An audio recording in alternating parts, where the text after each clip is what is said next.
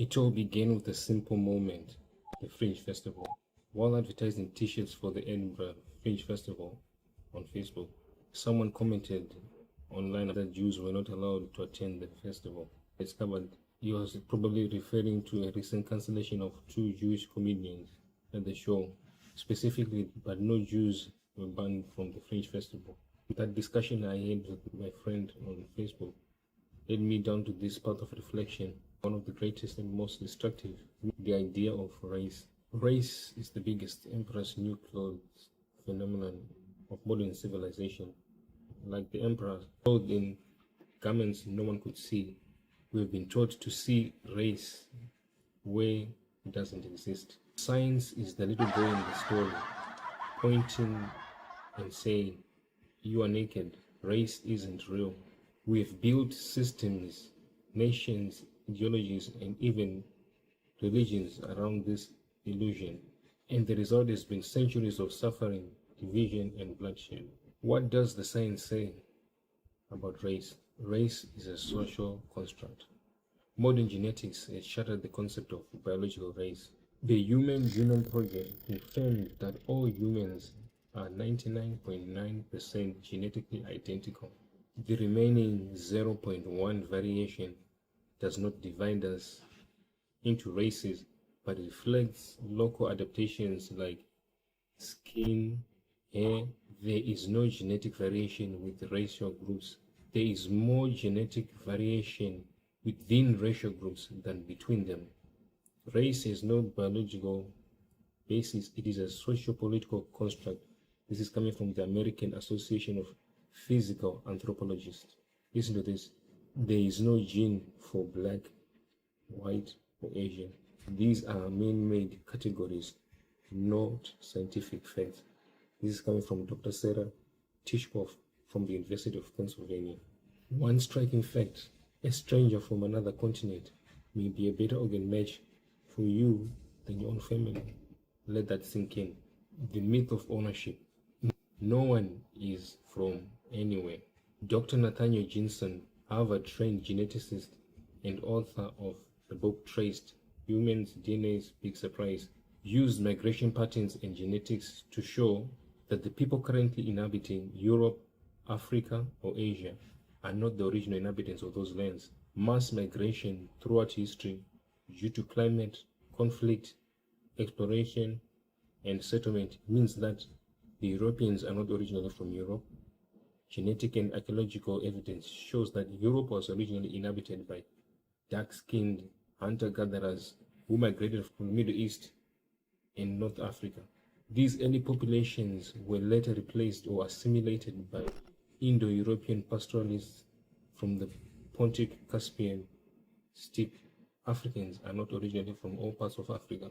Genetic studies show that modern Bantu-speaking populations spread from West Africa through sub-Saharan Africa only about 3,000 years ago, replacing or merging with earlier indigenous groups. Dr. David Reich, a geneticist at Harvard and author of Who We Are and How We Got Here, affirms that modern populations are shaped by multiple ancient migrations. His team's work reveals that most people in the world today are products of at least 3 major ancestral layers. For example, South Asians descend from ancient Iranian farmers, indigenous South Iranian foragers, and Indo-European steppe migrants. The Europeans descend from Anatolian farmers, Western hunter-gatherers, and Yamnaya herders from the steppes. These findings corroborate the broader point: modern inhabitants of any continent are not genetically identical to the earliest settlers. These findings corroborate the broader point: population identity is fluid, layered, and migratory, not static or racially pure. Aboriginal Australians represent some of the oldest non-African genetic lineages. Americas, populated by Siberian hunter-gatherers who crossed the Bering Strait thousands of years ago. These became the ancestors of the Native Americans. What's the takeaway here? Nobody owns a country. We are all tenants of time. The tragedy of race Despite the overwhelming genetic unity of mankind, race has become a tool of war and oppression. History's darkest chapters are rooted in this illusion. The Holocaust. Nazis claim that Jews were an inferior race, yet science shows that Jews and Germans share European genetic ancestry, yet the Germans slaughtered their brothers. The transatlantic slave trade. Africans were labeled subhuman based on skin color, but both Africans and Europeans are genetic cousins from the same ancestral tree.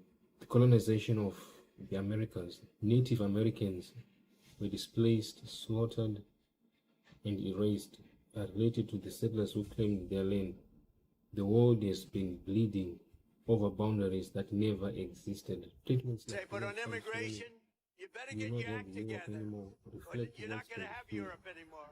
But these fears rest on misinformation, not science. Europe has never been one unchanging people. It has always been a river of migration, not a monument to race. And around the world, we see race used as a wedge. We are excluding people who might literally be our closest genetic kin. If humanity truly understood that there is no such thing as race, we would approach such hot issues like immigration differently. Not with fear, but with understanding. Not saying that we should let anyone come into the country or anywhere else. A world that boasts scientific advancement still stumbles over the oldest lie, that the color of your skin defines the content of your character. The Bible says, ahead of its time, God had made of one blood all nations of men to dwell on all the face of the earth. Acts 17 verse 26. Christianity should be the loudest voice against racism. And yet, even within the church, color divides the pews. We sing about heaven, but hate each other on earth. Whose heaven are we going into? Jesus did not die for one race. He came for all.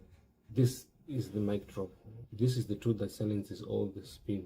White supremacy, black pride movements, rooted in skin tone, racial nationalism, cultural exclusion, all of it collapses in the face of this truth.